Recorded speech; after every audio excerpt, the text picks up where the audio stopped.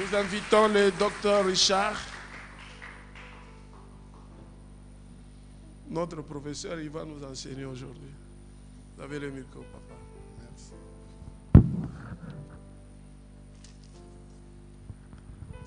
Amen.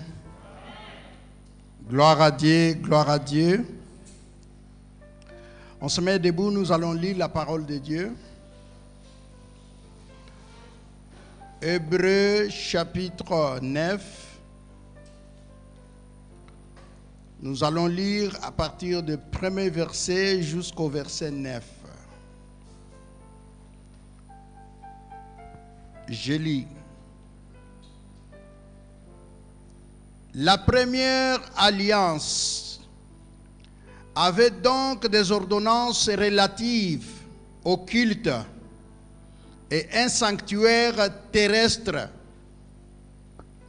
En effet, un tabernacle fut construit dans la partie antérieure appelée le lieu saint. Était le chandelier, la table et le pain de proposition. Derrière le second voile se trouvait la partie du tabernacle appelée le lieu saint des saints, renfermant l'accessoire d'or pour le parfum et l'arche de l'alliance entièrement recouverte d'or. Il y avait dans l'arche un vase d'or contenant la manne, la verge d'Aaron qui avait fleuri et les tables de l'alliance. Au-dessus de l'arche était le chérubin de la gloire couvrant de leur ombre le propitiatoire. Ce n'est pas le moment de parler en détail là-dessus. Or, les choses étaient ainsi disposées. Les sacrificateurs qui font le service entrent en tout temps dans la première partie du tabernacle, et dans la seconde, le souverain sacrificateur seul entrait une fois par an, non sans y porter le sang qu'il offre pour lui-même et pour le péché du peuple. Le Saint-Esprit montrait par là que le chemin du lieu très saint n'était pas encore ouvert tant que le premier tabernacle subsistait. C'est un symbole pour le temps présent. Il signifie que le don et les sacrifices présentés ne peuvent rendre parfait sous les rapports de la conscience celui qui rend ce culte. Parole de l'Éternel. Vous pouvez vous mettre. Le thème que je vais développer avec vous s'appelle les nouveaux sanctuaires. Les sanctuaires, le mot sanctuaire, en grec, on l'appelle naos. Naos qui signifie le lieu où réside Dieu.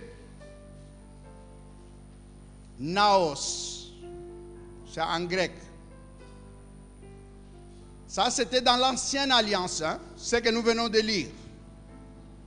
Mais nous ne sommes pas dans l'ancienne alliance. Nous sommes dans la nouvelle alliance. C'est pour cela que je vais vous parler du nouveau sanctuaire.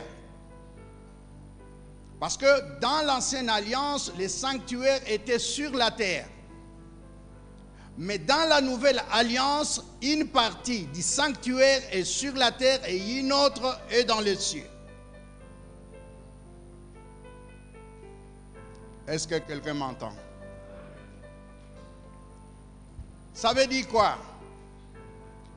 Ici, la Bible nous montre qu'il y avait deux tabernacles.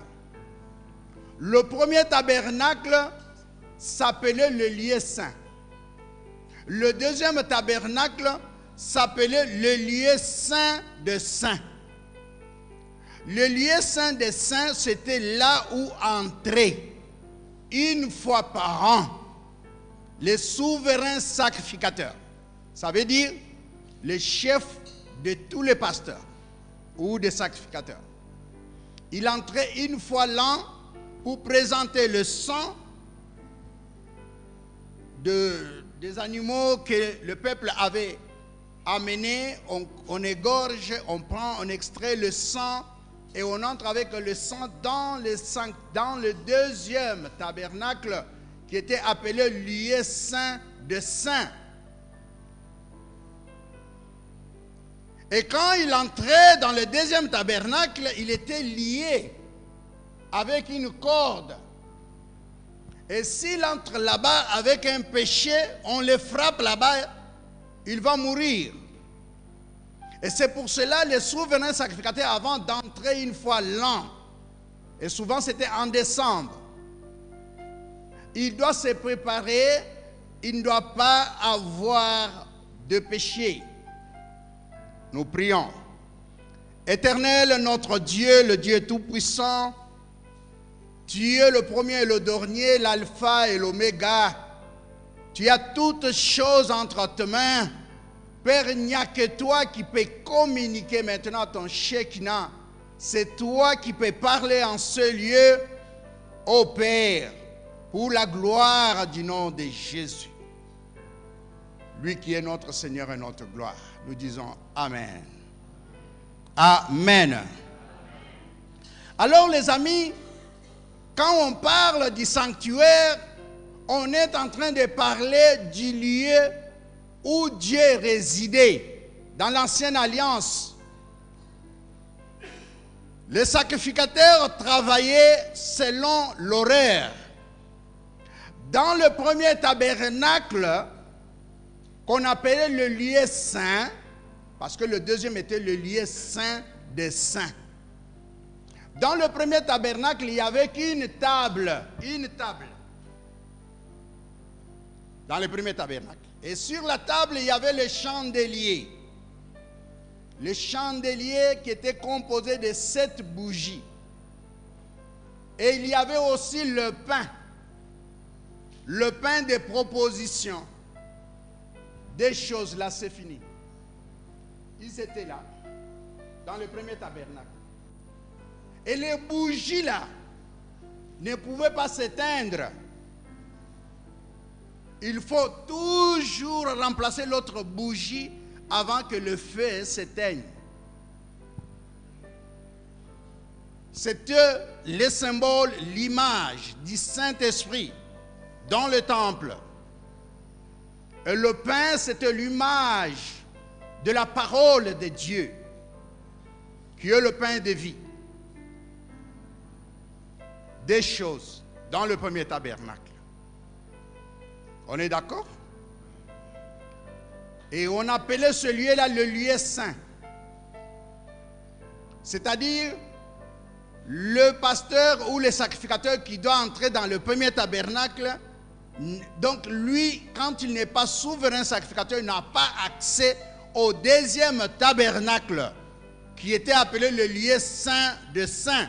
Mais c'est seulement le souverain sacrificateur qui y entrait une fois par an. Mais je voudrais vous dire que dans la nouvelle alliance, le premier tabernacle est devenu le chrétien lui-même. Est-ce que quelqu'un m'entend? Le premier tabernacle maintenant, c'est les chrétiens. Dans la nouvelle alliance, comme vous le savez, quand Jésus est mort sur la croix, les voiles se sont déchirés. Il y avait 2 voiles. Le premier voile séparait le pourtour avec le premier tabernacle. Et le deuxième voile séparait le premier tabernacle et le deuxième tabernacle. Dans le deuxième tabernacle, le lieu saint des saints, il y avait l'arche de l'alliance. Et l'arche de l'alliance avait 3 choses comme contenu qui étaient dans l'arche. La première chose, c'était la canne d'Aaron qui avait fleuri lorsque les gens contestaient son ministère. La deuxième chose, c'était la manne, l'exemplaire de la manne.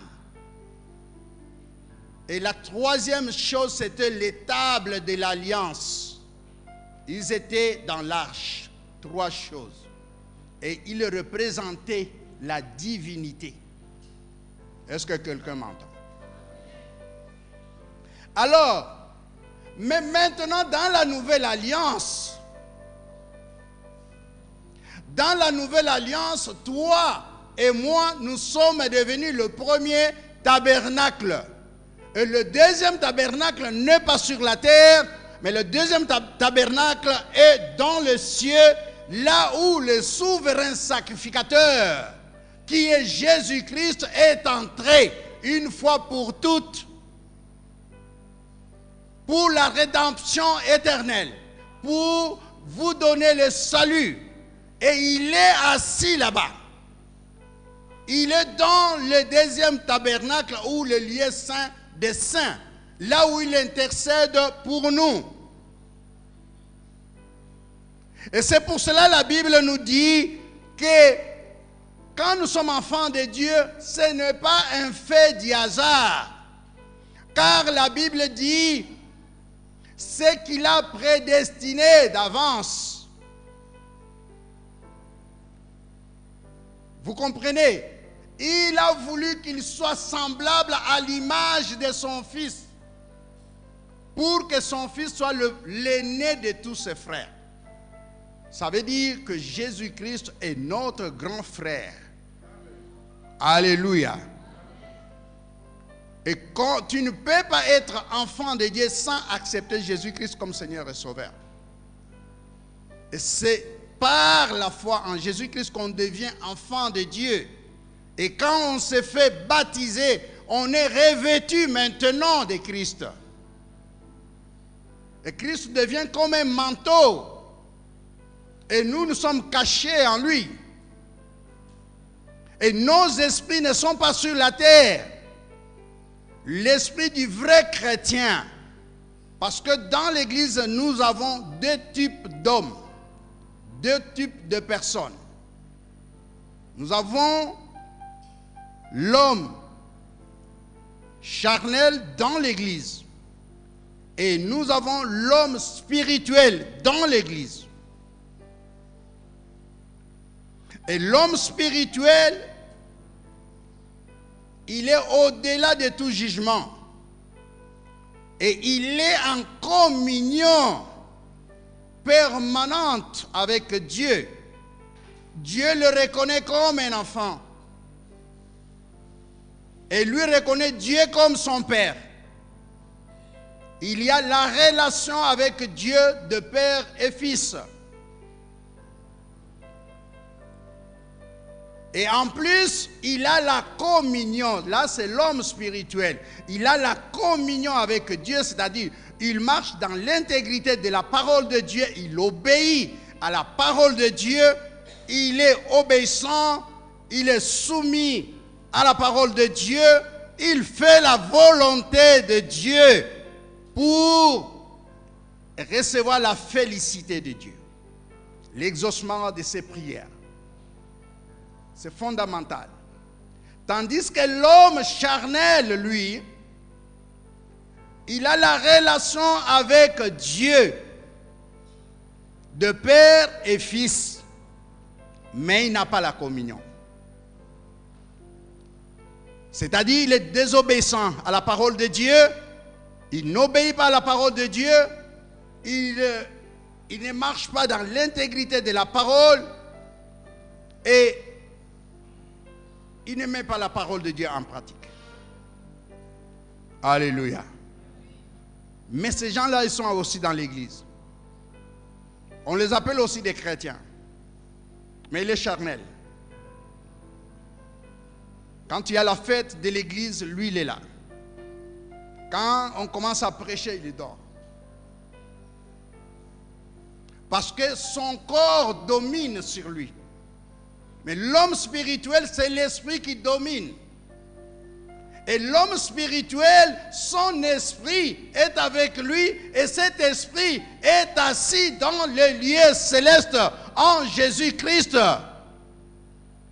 Quand vous lisez Éphésiens chapitre 2, versets 6 à 8, vous allez comprendre ce que je viens de vous donner,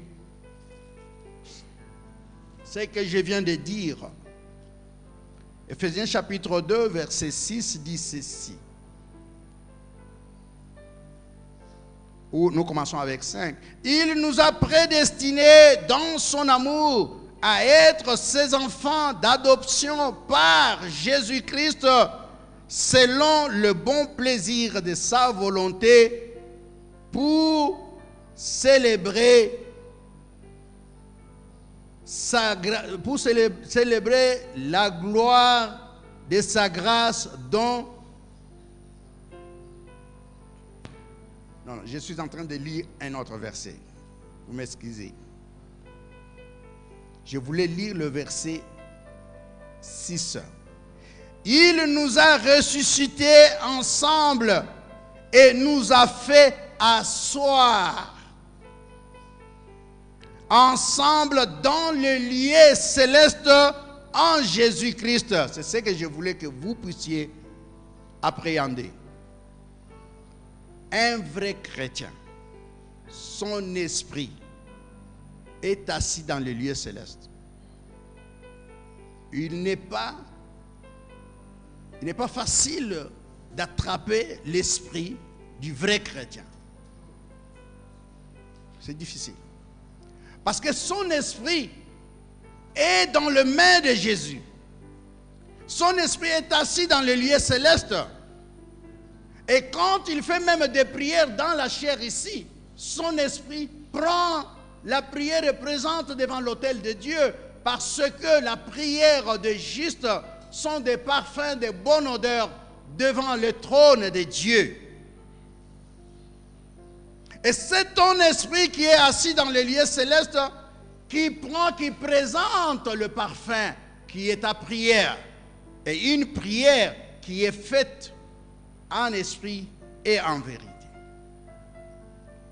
Amen, amen. Alors, quand vous lisez la Bible, même quand vous lisez Romains chapitre 8, verset 29 à 30, la Bible dit que Dieu nous a prédestinés à être semblables à Jésus. Et non seulement il nous a prédestinés, vous voyez, si vous voyez tout le monde, toute personne qui vit ici au Congo, il y en a qui n'aiment pas la parole de Dieu. Il ne faut pas être étonné parce que tout le monde ne croira pas en Dieu. Il y a des gens qu'on appelle des hommes. Mais quel homme? Homme naturel. L'homme naturel, autrement la Bible l'appelle un homme animal. Et l'homme animal, il n'a pas la relation avec Dieu de Père et Fils et il n'a pas la communion. Ça fait 3 types d'hommes. Je vous ai parlé de 2 premiers. Charnel et spirituel. C'est dans l'église.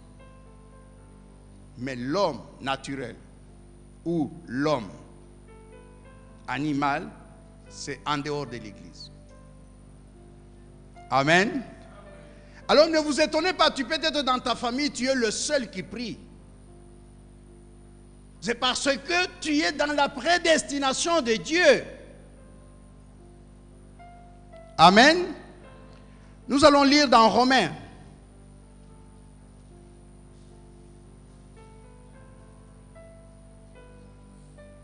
Romains chapitre 8, nous lisons le verset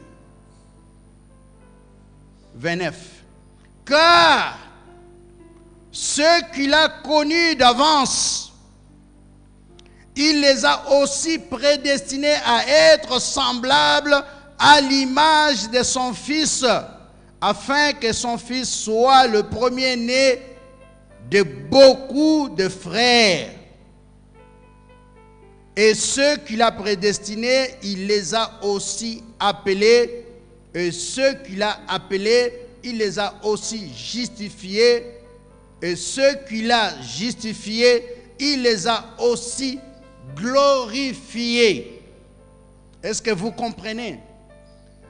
Avant de devenir enfant de Dieu, il y a la prédestination. C'est Dieu qui t'a prédestiné à devenir enfant de Dieu. Vous m'entendez? Ce n'est pas l'effet de hasard. C'est parce que, quelque part, dans la prédestination, Dieu a dit, celui-là sera compté parmi mes enfants et je vais l'appeler. Et c'est ainsi que tu as reçu l'appel général de devenir enfant de Dieu. Parce qu'il y a l'appel général pour devenir enfant de Dieu. Et il y a aussi l'appel distinct. L'appel distinct, c'est pour être maintenant ministre de l'autorité de la parole de Dieu. Les 5 ministères que vous connaissez. Amen. Et Dieu vous a prédestiné à être semblable à Jésus. Lorsque nous sommes semblables à Jésus, c'est-à-dire à ce moment-là, les choses vont coopérer.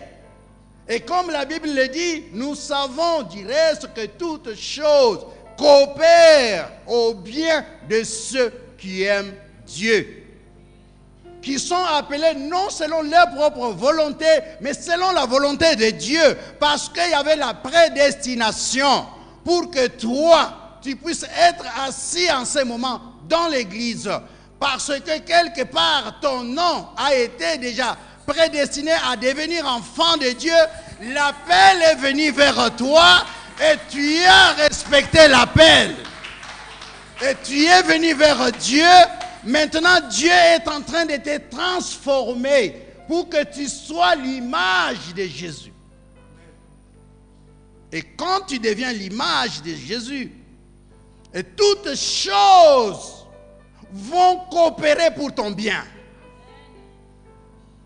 Est-ce que quelqu'un m'entend? Donc, toute chose doit coopérer avec les enfants de Dieu. Parce qu'un enfant de Dieu n'est pas n'importe qui. C'est quelqu'un dont le nom est écrit quelque part dans le livre qu'on appelle le livre de vie. Et lorsqu'il est obéissant dans l'église et qu'il travaille dans l'église, qu'il donne ses offrandes, qu'il est dans tout ce que l'église organise, à ce moment-là, il y a un deuxième livre dans lequel son nom va figurer, c'est le livre de souvenirs. Parce que devant Dieu, il y a 2 livres. Il y a le livre de vie et le livre de souvenirs. Vos offrandes là, c'est dans le livre de souvenirs. Alléluia. Rappelez-vous ce que Dieu a dit à Corneille. Il a dit à Corneille, tes offrandes sont parvenues chez moi. Ça, c'est les livres de souvenirs. Et quand vous lisez dans les livres de Malachie, vous allez comprendre sur les livres de souvenirs. Malachie chapitre 3, il parle des offrandes, des dîmes, ainsi de suite, et du livre des souvenirs. Parce que devant Dieu, il y a 2 livres seulement.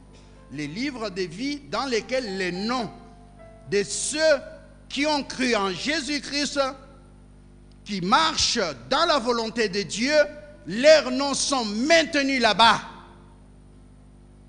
Et dans les livres des souvenirs, on écrit maintenant tous les biens que tu as faits pour l'avancement de l'œuvre de Dieu. Les amis, ne croyez pas que être chrétien, ça s'arrête ici sur la terre. Non. Quand tu es chrétien, vrai chrétien, ton esprit n'est pas sur la terre. Un sorcier ou un magicien ne peut pas attraper ton esprit. Parce que avant qu'il puisse te faire du mal, il a besoin d'abord d'attraper ton esprit. Or, selon Éphésiens chapitre 2, verset 6, on dit que nous sommes assis dans les lieux célestes en Jésus. Nos esprits, hein, pas les corps. Amen. Et ça, c'est vraiment fondamental. Voilà pourquoi nous devons être le tabernacle d'en bas. Parce que le tabernacle d'en bas a les contacts avec le tabernacle d'en haut. Parce que le voile a été ôté. Il n'y a pas de voile. Le jour où Christ a donné sa vie pour racheter l'humanité, la Bible dit des voiles se sont déchirés, non pas de bas en haut, mais de haut en bas.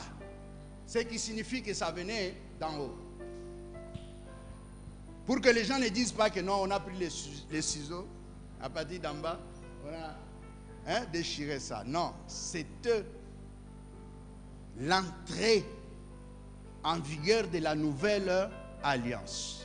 C'était pour montrer au peuple juif que maintenant, ce n'est pas le tabernacle d'en bas, maintenant ce n'est pas le souverain sacrificateur d'en bas, mais maintenant il y a un souverain sacrificateur qui est irremplaçable et qui est digne et parfait, qui n'a pas commis de péché, mais qui a donné son propre sang pour le salut de quiconque croit en lui.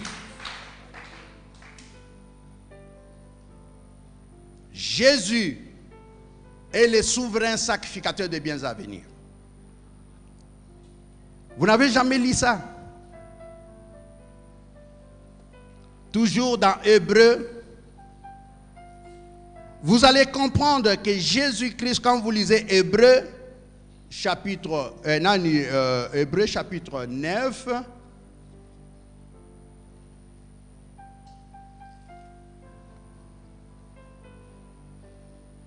si quelqu'un a trouvé, chapitre 9, verset 11 à verset 14.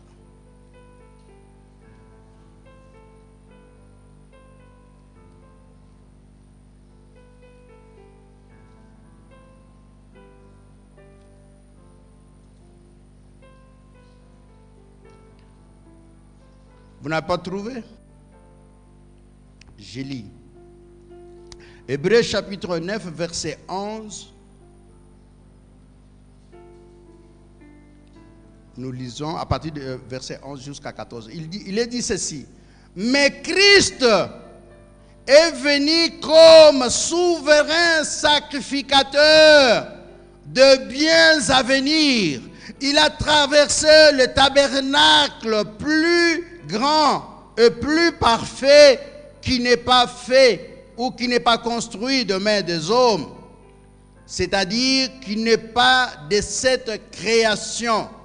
Et il est entré une fois pour toutes dans le lieu très saint, non avec le sang de bouc et de veau, mais avec son propre sang, ayant obtenu une rédemption éternelle. Vous comprenez ça? Donc Jésus que nous prions là, c'est lui notre souverain sacrificateur de la nouvelle alliance. Il ne faut pas aller chercher un souverain pasteur. C'est lui Jésus. Et d'ailleurs nous autres, nous sommes comme des pasteurs. C'est ce que la Bible dit. Hein. Il a donné aux uns comme, aux autres comme, aux autres comme. Vous comprenez? Quand on dit comme, en lingala, c'est quoi? Lokola. C'est-à-dire, Yéméinde à un vrai pasteur. Alléluia. Nous sommes comme pasteur. Lui, il est comme pasteur. Moi, je suis comme docteur. L'autre est comme apôtre. L'autre est comme prophète. Mais le vrai prophète, le vrai pasteur, le vrai docteur, le vrai apôtre, c'est Jésus.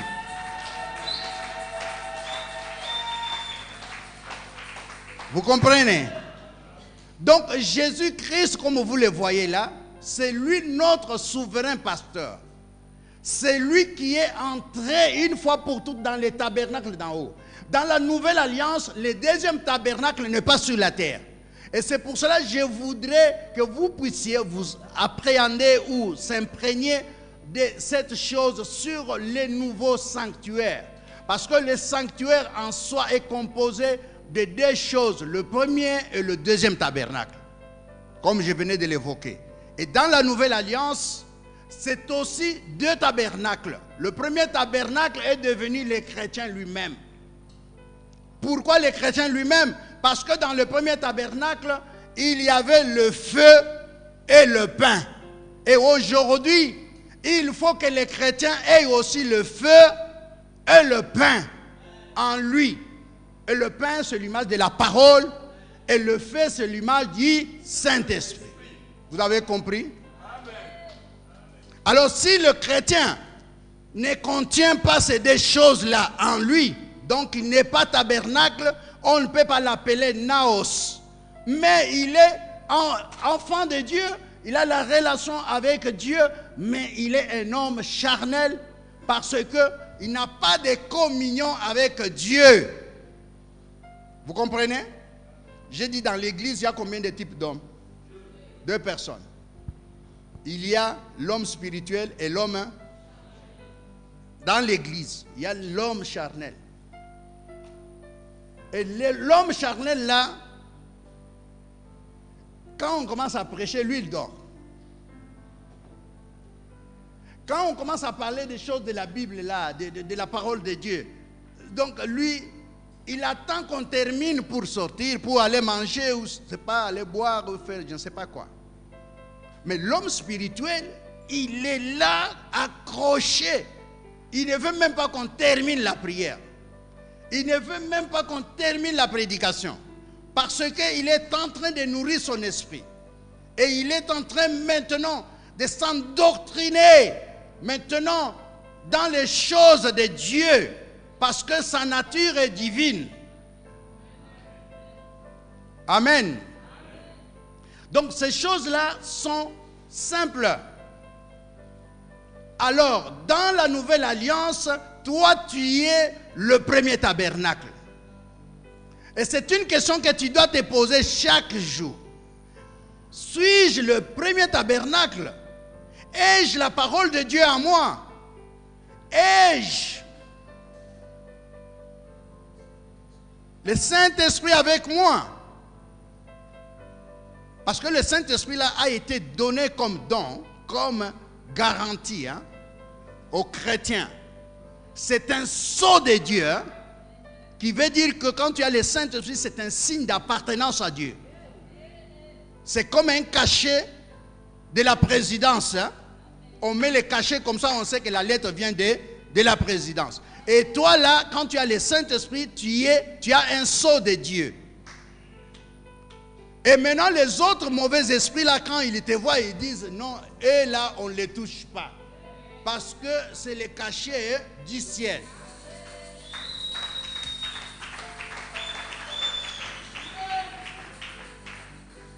Et c'est pour cela que la Bible dit que le Saint-Esprit est un gage.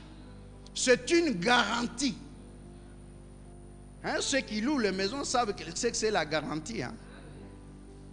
Donc le Saint-Esprit là c'est une garantie. C'est pour cela qu'il faut les garder soigneusement. Il ne faut pas que le Saint-Esprit soit toujours attristé. Parce que le Saint-Esprit est en permanence dans les chrétiens, avec les chrétiens et aux côtés des chrétiens. Parce que nous avons reçu 3 portions. Et Élisée en avait eu 2, mais nous avons eu 3. Nous avons l'onction sur, l'onction dans et l'onction avec.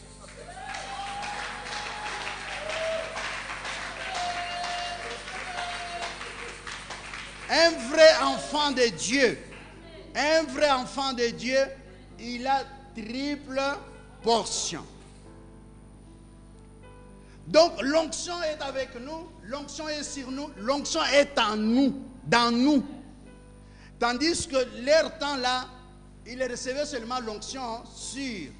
Mais le Saint-Esprit n'habitait pas en eux. Parce que l'Esprit venait Et quand il descend sur eux, il prophétisait. Quand l'Esprit n'est pas venu, il ne prophétisait pas. Mais nous là, nous avons le droit de prophétiser en permanence. Parce que le Saint-Esprit est assis en nous, parce que nous sommes devenus le tabernacle. Donc c'est lui le feu de Dieu qui est en nous. Et il ne peut pas être éteint. C'est pour cela que la Bible dit n'éteignez pas le Saint-Esprit qui est en vous. Il faut qu'il soit toujours allumé. Et pour qu'il fasse son travail. Parce qu'il a un travail d'éliminer tous les mauvais esprits. Il a le travail de combattre tous les esprits ennemis. Il a le travail de dominer sur les autres esprits. Et c'est parce que l'Esprit Saint, c'est lui qui amène beaucoup de choses dans nous. C'est lui qui communique la volonté de Dieu.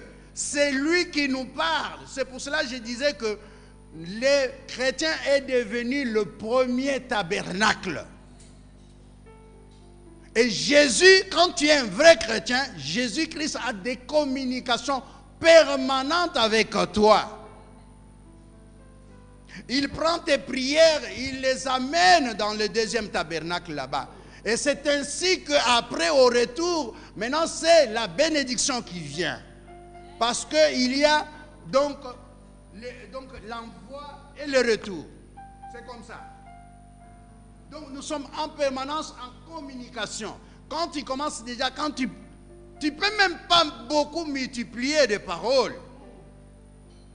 Parce que dès que tu parles tout simplement, le Saint-Esprit, c'est comme les fréquences de téléphone. Quand vous êtes en train de téléphoner à telle personne, ça ne va pas sonner chez l'autre. Amen. Ça va sonner seulement là où se trouve Christ. Et c'est pour cela, vous là, vous devez comprendre ces choses. Un jour, c'est écrit dans mon livre, je crois avoir donné, ça doit être dans mon livre. Je vais vous parler d'une histoire, comment j'ai expérimenté, comment le Saint-Esprit travaille avec les chrétiens. Un jour, ma femme, elle était en colère contre quelqu'un dans l'église. Parce qu'il y avait une sœur dans l'église qui provoquait toujours ma femme. Et quand elle venait toujours, elle lui montrait toujours des doigts comme ça. Yo, yo, olaxaranine, yo, yo. Chaque fois, elle embêtait ma femme. Alors ce jour-là, on avait pris la sœur là, on est venu avec elle à l'église dans notre voiture. Mais comme d'habitude, quand je termine le culte, j'entre dans mon bureau, les gens viennent, je dois parler avec eux. Il y a des gens qui viennent avec de longues histoires, ça prend le temps. Mais la maman là, comme elle était venue avec nous, elle devait rentrer avec nous pour qu'elle aille chez elle. Et il a commencé à envoyer ma femme. Va dire à ton mari, moi je dois rentrer, il faut la préparer. Je vais préparer pour mon mari, ainsi de suite. Il lui a dit, mais vous avez vu que les gens, il y a beaucoup de gens là-bas devant le bureau. Il faut attendre. Elle s'est fâchée. Yo, olaxaranine, yo. Et maman était complètement abattue avec le comportement de la sœur. Mais comme c'est une femme, ma femme ne parle pas beaucoup. C'est une femme qui ne parle pas beaucoup, mais elle écoute beaucoup. Alors, elle est rentrée à la maison. Elle ne m'a rien dit. Donc, elle était différente toute la soirée là. Elle était toujours triste, comme si elle avait quelque chose. Elle est partie dormir dans la chambre. Moi, je suis resté au salon. Comme d'habitude, quand je parle du salon, lui, il sait. Il est déjà arrivé là. Donc, comme d'habitude, j'ai pris toujours avant de monter, aller dormir. Et souvent, nous prions avec elle. Mais elle est montée elle-même à ce moment-là. Et qu'est-ce qui est arrivé? Tellement qu'elle était fâchée, elle n'a pas prié. Elle dormait. Elle a vu que notre maison était en flammes. L'incendie. Alors elle a commencé, elle a pris le téléphone dans les rêves. Elle a pris le téléphone quand elle a vu que la maison vraiment était vraiment commencé à brûler partout. Il est resté une seule place là où il était. Et comme il avait le téléphone, il a commencé à appeler les pompiers. Il a appelé le pompier, il a appelé le pompier. Et les pompiers ont répondu. Ils ont dit, c'est qui? Ils ont dit, c'est moi, Esther Pembo. Ah, c'est toi Esther. Bon, quel est le problème? Non, notre maison est en train de brûler. Il y a maintenant l'incendie dans la maison. Donc venez, venez, venez avec de l'eau. Et quand il a dit ça, et ils ont dit, toi tu habites où? Tu habites Dasburg numéro 20, chez Richard Pembo.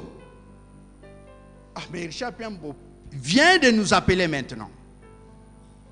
On a parlé avec lui, il ne nous a pas dit que la maison est en train de brûler. Parce que moi, je venais de terminer la prière. Et le monsieur qui lui l'appelait, lui a dit que non, Richard vient de nous appeler maintenant. Il ne nous a pas dit que la maison est en train de brûler. Et elle est descendue maintenant, il s'est réveillé subitement, elle est descendue, elle me trouve dans le salon. Elle dit, papa Richard, regarde ce que j'ai vu, regarde ce que j'ai vu. Moi, je dis, c'est quoi? Oh non, ceci, cela. Est-ce que tu as prié avant d'aller dormir? Oh non, je n'ai pas prié, j'avais un problème qui me troublait. Quel problème? Le problème de la sœur là. Ça, c'était attrister le Saint-Esprit. Et vous comprenez que chaque fois que nous péchons, chaque fois que nous commettons des actes qui ne plaisent pas au Saint-Esprit, c'est le fait que nous mettons à notre corps, et le corps qui est le temple du Saint-Esprit. Amen. Donc ce n'est pas bien. Vous devez bien garder votre corps, et votre corps doit être saint. Parce que c'est le lieu où réside le Saint-Esprit. Parce que vous êtes devenus le nouveau sanctuaire, le nouveau tabernacle, vous êtes des naos. Et vous avez été appelés par Dieu lui-même. Parce que vous avez été prédestinés à être enfants de Dieu, à être à l'image de Jésus-Christ. Et Jésus-Christ est votre grand frère. Et si vous pensez dans votre tête que vous avez un grand frère qui a marché sur les eaux, un grand frère qui est ressuscité d'entre les morts, comprenez quels sont les privilèges que vous avez. Alléluia. Il ne faut pas vous minimiser parce que celui qui est en nous est plus grand que celui qui est dans ce monde. On l'appelle le roi des rois, le seigneur des seigneurs, le souverain sacrificateur de biens à venir. Le bien à venir, la Bible dit, la gloire de ce qui nous attend dans les ciels, on ne peut pas les comparer avec ce que nous vivons dans ce monde. Voilà pourquoi il faut préparer jalousement son salut. Et il faut demeurer dans la foi. Parce que tout ce que Dieu peut te donner, il peut te le donner comme moyen de la foi. Parce que tout ce que nous avons besoin, Dieu nous le donne par sa grâce. Mais nous entrons en possession de cela au moyen de la foi. Et sans la foi, on ne peut pas entrer en possession de ce que Dieu nous a déjà donné par la grâce. Donc la grâce, c'est la part de Dieu. Et la foi, c'est notre part.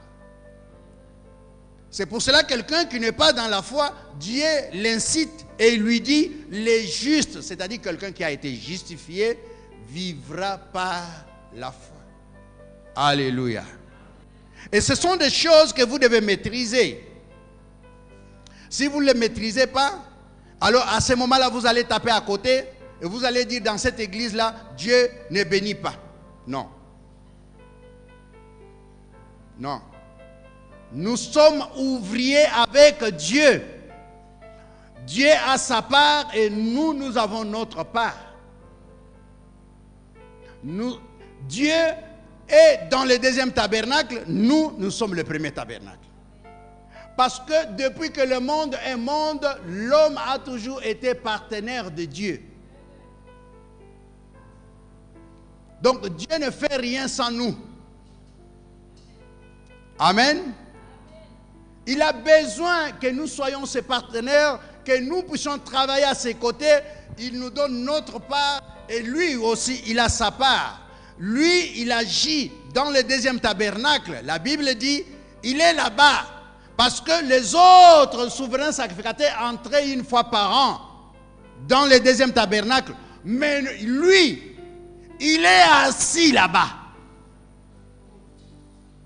Il n'a pas besoin qu'on mette une corde à sa jambe parce que lui-même, il est là-bas, il est sans péché, il est parfait. Et c'est lui qui intercède pour nous chaque jour. Il intercède pour nous parce que son sang est sur nous.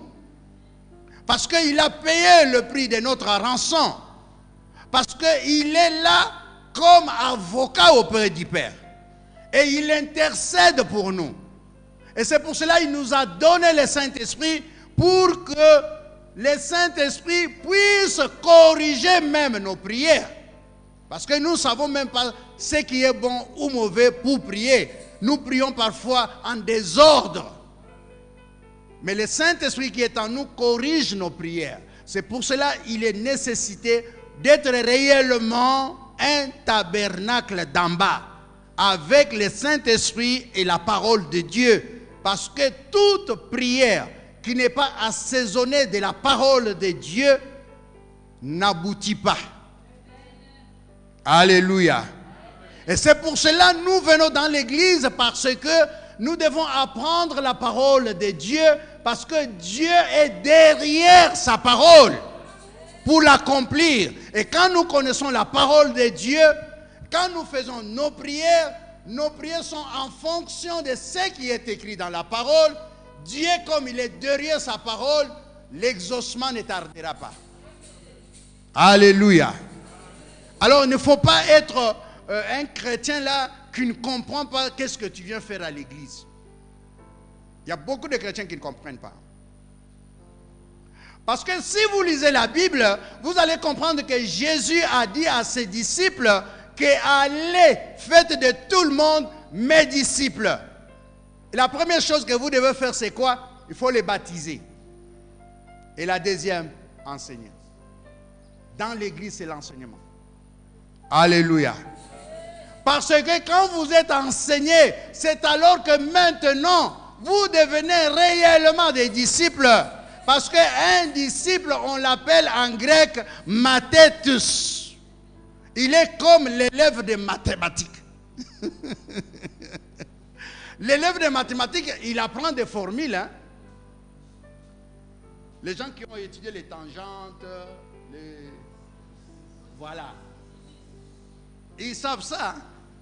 Les mathéphysiciens. Donc, vous voyez, est-ce que vous comprenez ça? Donc, il faut être disciple de Christ, pas être chrétien. Parce qu'il y a la différence entre chrétien et disciple. Parce qu'un disciple, c'est un mathétus. Et mathétus, c'est quelqu'un, il est comme l'élève de mathématiques. Donc, il apprend les formules. Donc, vous devez savoir comment est-ce que vous pouvez recevoir l'exaucement de votre prière. La félicité, comment Dieu peut recueillir ta prière. C'est quand tu fais une prière qui est en esprit, en vérité. Or, la vérité, c'est la parole. Jésus dit, je leur ai donné ta parole, car ta parole est la vérité. Et c'est ça ce qu'on dit, prier en esprit et en vérité. Et la vérité, c'est la parole. Et toi, en tant que... donc, le premier tabernacle... Dans le premier tabernacle, il y avait le feu et il y avait le pain. Et toi, en tant que premier tabernacle, tu dois disposer ces deux choses. Le pain et le feu. Le feu, c'est le Saint-Esprit. Le pain, c'est la parole. J'espère que je parle à une personne.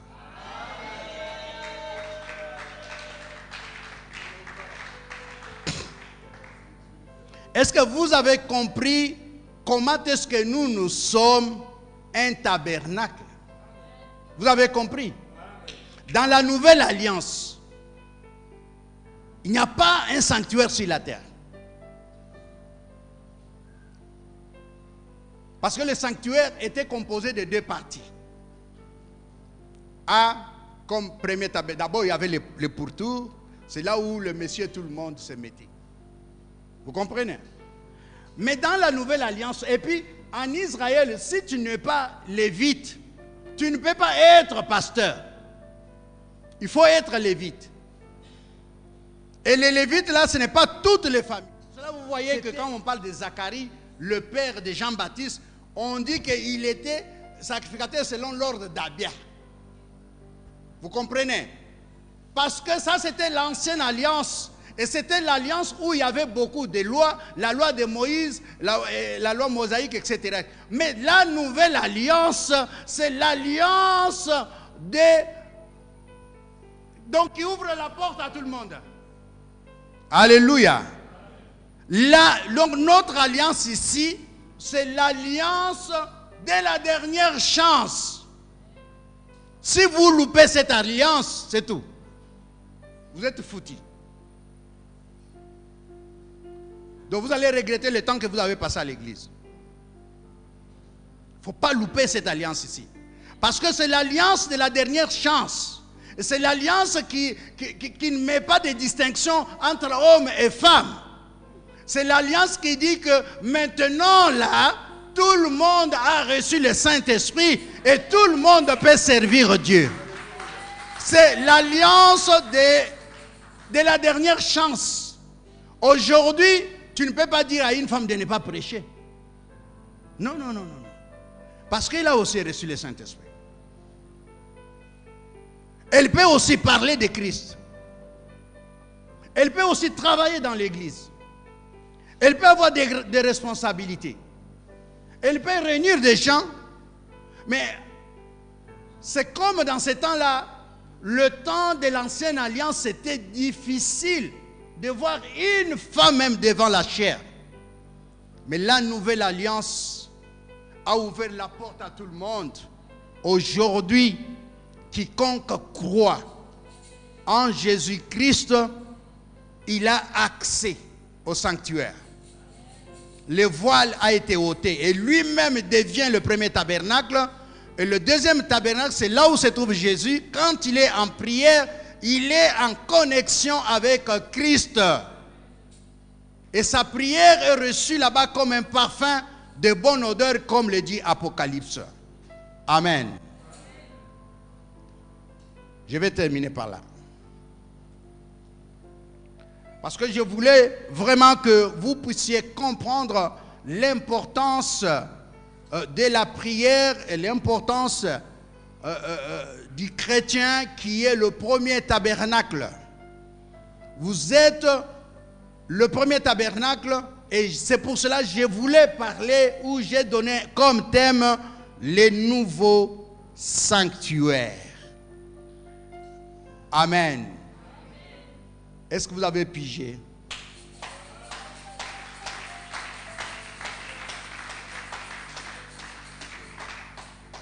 Bon, je ne sais pas si c'est un enseignement qui est difficile à comprendre, mais je crois que j'ai été lucide pour que toute personne puisse comprendre. Amen, amen. On peut se mettre debout. Vous avez compris qu'il faut avoir la foi. Vous avez compris que Dieu nous donne toutes choses par sa grâce. Mais nous entrons en possession de ces choses-là au moyen de la foi. La foi est une nécessité. Et quand tu pries, il faut croire que Dieu a entendu ta prière et que maintenant tu attends la réponse qui viendra de la part de Dieu. Il ne faut pas douter quand tu pries. Il ne faut pas douter. Il ne faut pas dire non, non, non, non, non. Quand tu pries, tu dois avoir la foi. Parce que la foi crée le miracle. La foi d'une personne qui a prié une prière assaisonnée de la parole de Dieu, cette foi-là crée ce que nous appelons le miracle. Parce que le miracle est créé par la parole de Dieu et la foi. Deux choses qui créent le miracle. Nos prières doivent être assaisonnées de la parole. Seigneur, toi tu as dit. Et le Seigneur se retrouve dans ce qu'il a dit là. Tu as dit, venez à moi, vous tous qui êtes fatigués et chargés. Tu lui rappelles sa parole. Et la Bible dit, il est derrière sa parole pour l'accomplir. Amen. Que le Seigneur bénisse. Nous allons prier maintenant. Vous allez suivre cette prière. Nous disons, Seigneur Jésus-Christ, j'ai entendu ta parole. Je suis le premier tabernacle. Le Saint-Esprit doit habiter en moi. La parole de Dieu doit habiter en moi. Toi, tu es mon souverain sacrificateur. Merci pour avoir inauguré l'alliance. Je suis un enfant de Dieu maintenant. Je suis semblable à toi, Jésus. Parce que c'était la prédestination. J'ai été prédestiné à être semblable à toi. Je suis un enfant de Dieu. Et toi, tu es mon grand frère. J'appartiens à la famille divine. Mon esprit est assis dans le lieu céleste en Jésus. Je ne peux craindre un homme sur la terre. Car il est écrit, si Dieu est pour vous, qui sera contre vous? Lève-toi, l'agneau de Dieu. Ôte mes péchés. Remplis-moi des 3 portions du Saint-Esprit. Que j'ai l'onction avec le Saint-Esprit. Que j'ai l'onction du Saint-Esprit sur moi. Et que j'ai l'onction du Saint-Esprit dans moi. Que je sois même rempli du Saint-Esprit. Pour que mes prières soient vraiment des balles qui tirent sur le mauvais esprit. Au nom de Jésus-Christ, je m'abandonne sous le pied de la croix. Seigneur, exauce ma prière et enseigne-moi ta volonté pour que je demeure toujours près de toi le restant de ma vie. Que je sois attaché à l'Église pour que j'apprenne ta parole. Que je sois rempli de ta parole pour que je joue réellement le rôle du premier tabernacle. Car moi, le premier tabernacle avait aussi des contacts avec le deuxième tabernacle. Et maintenant, le voile est ôté. J'ai aussi accès au sanctuaire. Père, merci pour l'œuvre de la croix. Merci, Seigneur Jésus. Maintenant, tu pries, tu demandes à Dieu ce que tu veux. Prie maintenant, prie maintenant, prie. Commence déjà à prier. Je voudrais entendre ta prière avant que je fasse une prière finale. Chaque personne va prier maintenant. Tu pries dans la langue que tu maîtrises. Donne ta vie à Jésus-Christ. parle à Dieu en ces moments. Alléluia. Gloire à Jésus. Gloire à l'agneau de Dieu. Gloire à celui qui règne dans le lieu très haut.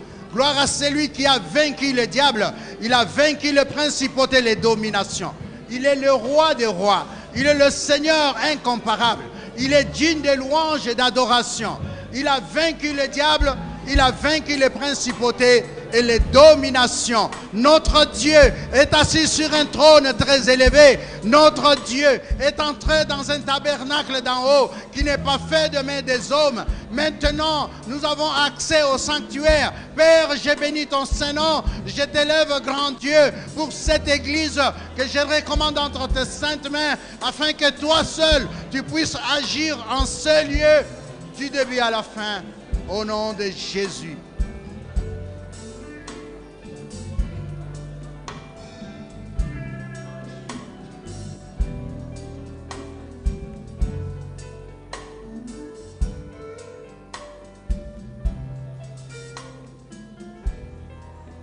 Éternel, éternel, le Dieu Tout-Puissant, le régneur de tout le temps, le roi incomparable, le roi de rois et seigneur de seigneurs. Tu es digne de recevoir les prières. Tu es digne d'exaucer les prières. C'est toi qui ôtes le péché. Je bénis ton Saint-Nom dans cette église. Je voudrais invoquer ton Saint-Nom pour que tu agisses, Père, et comme un Père, et que ceux qui sont en ce lieu soient comme des enfants.